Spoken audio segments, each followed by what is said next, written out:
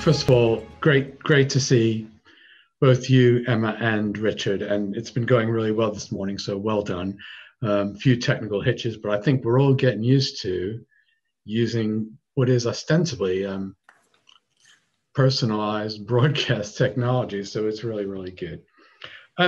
Just let me say, for most people, I guess, who are watching this, the idea of COVID and the impact COVID has really raised the stakes on the things they're thinking about in terms of health and staying safe. If your company is anything like mine, you'll probably already have taken lots of steps to implement things like social distancing and hand sanitizing and a whole range of things. And while we're kind of hyper aware of our physical health, and rightly so, it's really critically important at this time, sometimes we don't think about our mental well-being or what that's going to mean to people as they shelter, as they try and keep safe. So let's be clear about what mental well-being really means. If you have a positive mental well-being, you're able to feel pretty confident with yourself, and you've got good self-esteem. You can express a range of emotions. You can build good relationships with people and carry them on very well. You can cope with the stresses of daily life, especially when it comes to change and uncertainty. And that last point is really critical because we're in a time of amazing amounts of change. Now, today, quite a few people are going to be talking about mental health one way or another, and that's because it's quite a big issue, and it has been for a long time, but people have not really been talking about it. There's been a bit of a taboo. If you look at some of the data, I'm going to try and pull some data together. You can see that mental health issues have been on the rise in the past few years. In fact, the reported cases are growing faster than physical health problems. In any particular year, something like 1 in 6 people are likely to be suffering from a mental health condition. And the pandemic really made that worse.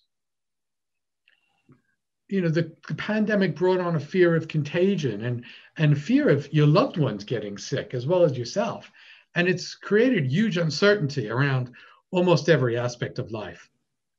Under lockdown, isolation is also making people feel lonely, and they have anxiety and depression.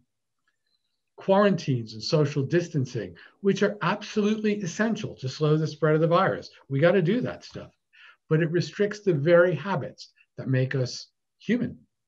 Our social networks, the way we express emotion physically to each other, and coming together in groups, all that has been stifled.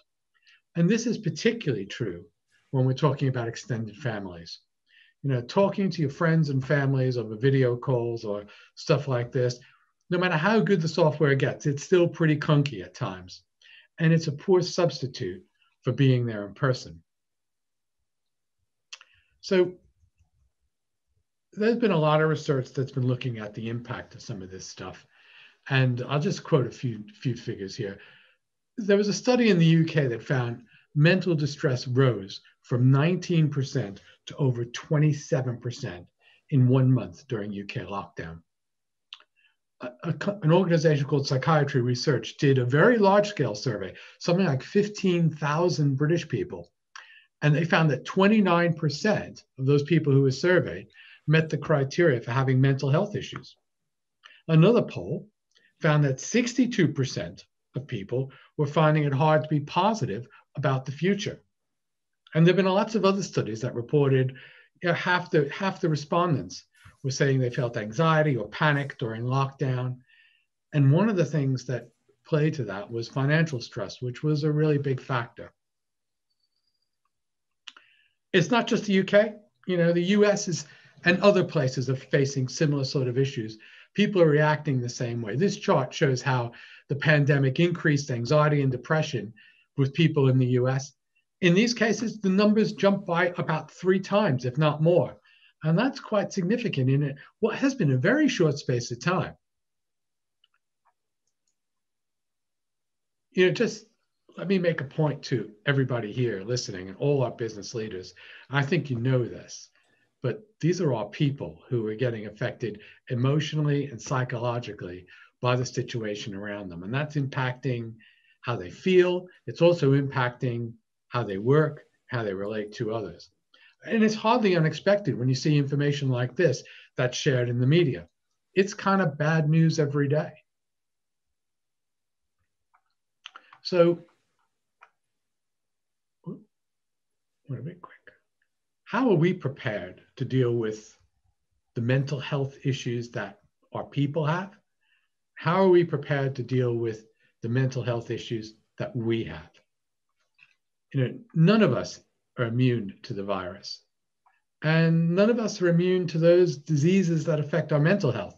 And there's no vaccine for them either, by the way. It's all about recognizing the symptoms and trying to do some things to deal with that. Some simple things. This might be an ideal time for businesses to reset the way that they think about well-being and to think not just about physical health and safety, but really about how they create that mental well-being, that emotional safety belt for people, so that people can perform at their best and be highly engaged. It's not surprising that people in the workplace are feeling uncomfortable. I mean, think about it.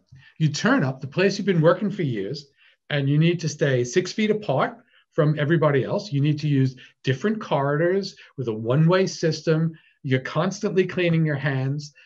People are being asked to change the habits of a lifetime in just a few weeks or a few months. And they're being threatened by something that they can't see, they can't hear, they can't feel. In fact, this infection could just be coming from your best friend. And while all those habits have to be adapted in the workplace, we're also asking employees to take that thinking home and encourage their families to change the way they behave as well. And that's not the only set of behaviors that have crept into our home life.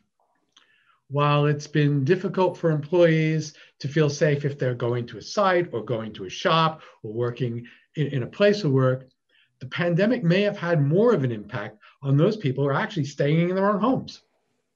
In fact, working from home, what my colleague calls it living from work, it's caused more significant problems, particularly mental health problems. The change from being socialized communities of colleagues to being isolated individuals, all working alone, has affected a lot of people emotionally. The chancellor last week put it really eloquently with this sort of statement. And he told us that while he was telling us he wasn't going to extend the furlough as well. But it shows he does care about how people feel. In a new survey, something like 80% of British people who've been working from home said it's had a negative impact on their mental health. And over a third of those felt anxious or stressed because they felt they couldn't walk away from their workstations. A quarter of them were finding it difficult to deal with loneliness and isolation. And in fact, there was something like a fifth of the people who said that working using video conferencing and tools like this became very stressful, not least of which because they were concerned about what they looked like when they're on camera. So Anne's points about having the right wardrobe, do build confidence. Companies like Unipart recognize the importance of dealing with mental health issues long before the pandemic. In Unipart, my colleague and friend, Deborah Astles, had the vision several years ago to set up a well-being program that we called Unipart Work Well. I'm really pleased to say that when she presented it to us at the board, my fellow directors and I were hugely enthusiastic to get behind this program because we recognized that it was strategically important to the company. And that was a long time before we even knew the word COVID.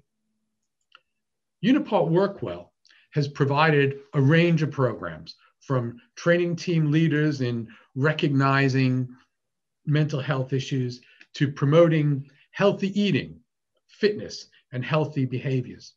In 2019, we ran a program that looked at the importance of sleep. And we gave employees a digital tool to use to evaluate their sleep and address any issues that might occur by using online CBT. Each of our sites has got a well-being champion to support the accessibility of the well-being program, make sure people can find the things they need. And we've invested in some dedicated equipment to provide employees with the numbers, if you like, on their sort of physical and mental health, how well their lifestyles impacted on how their bodies were changing, so they could measure their mental health and their physical health age.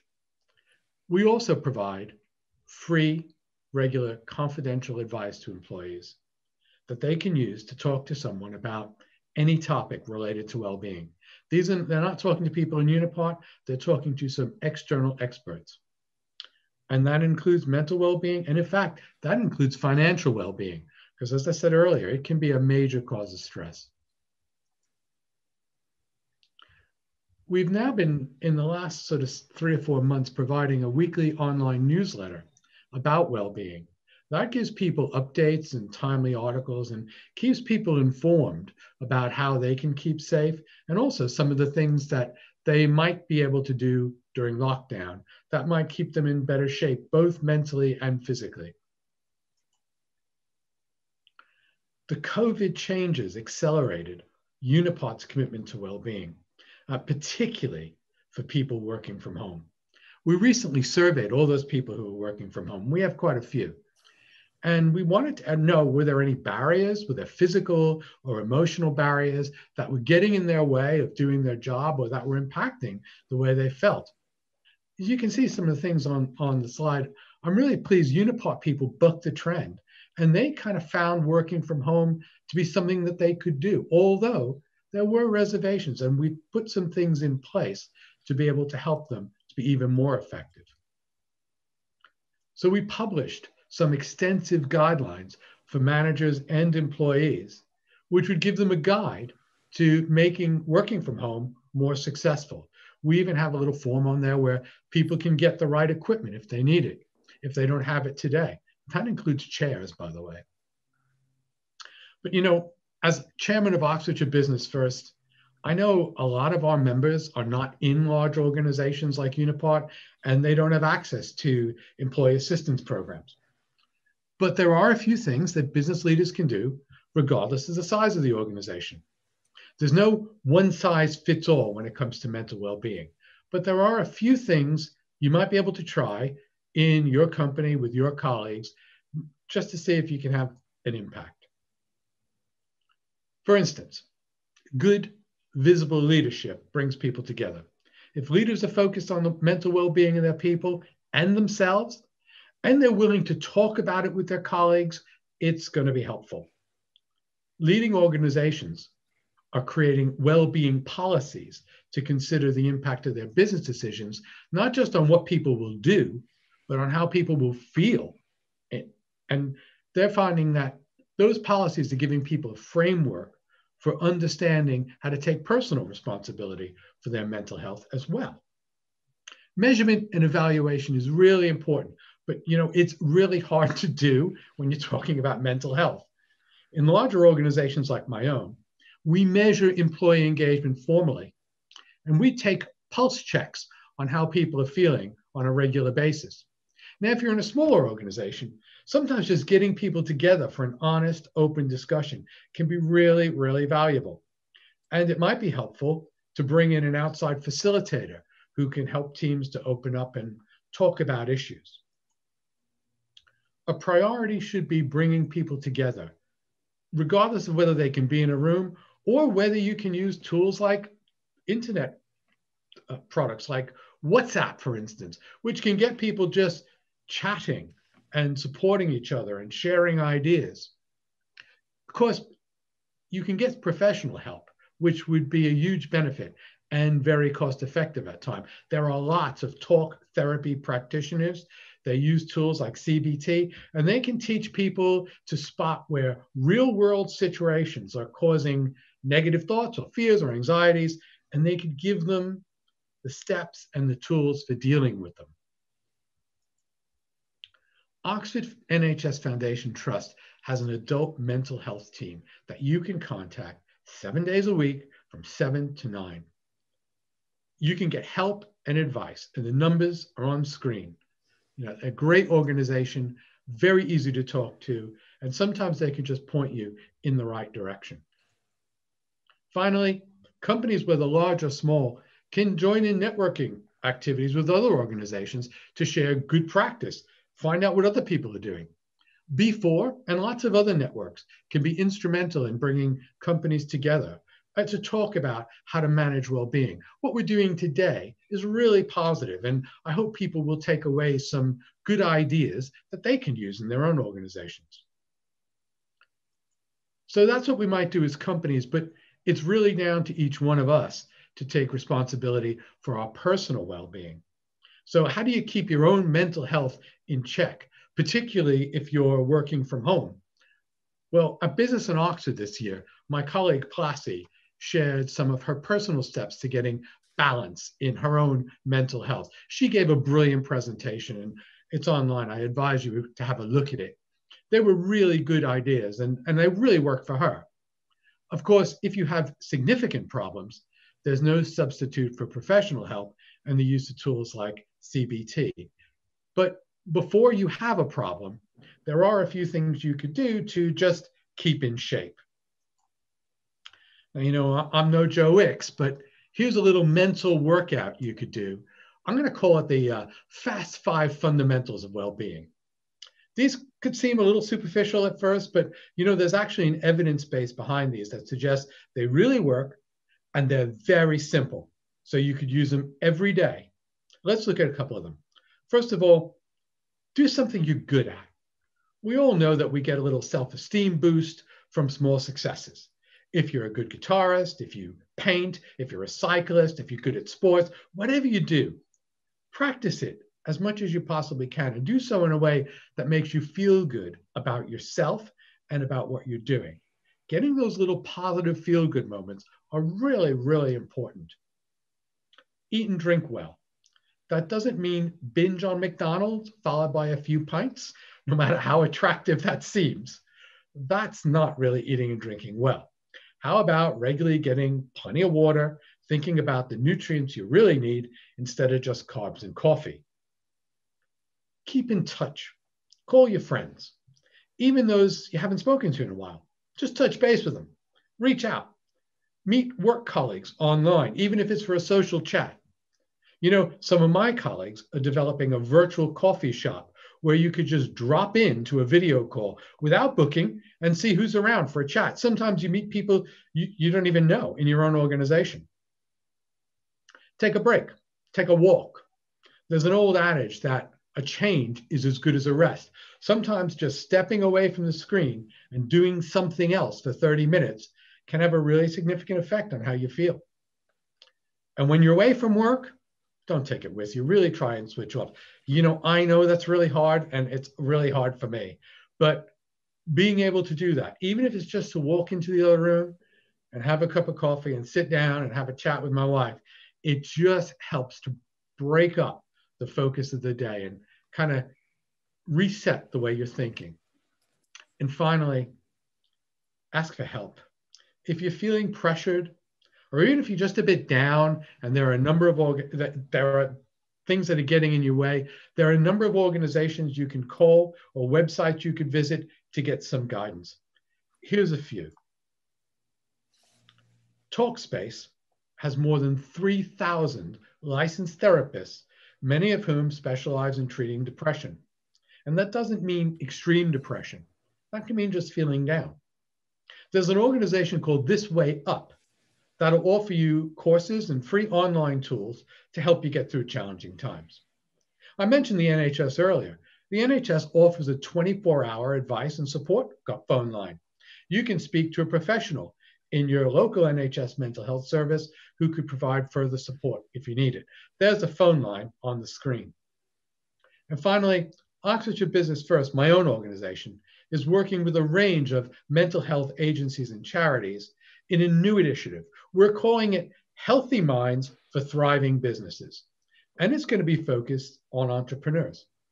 We'll be starting a web directory with resources in the next month or so, so watch this space.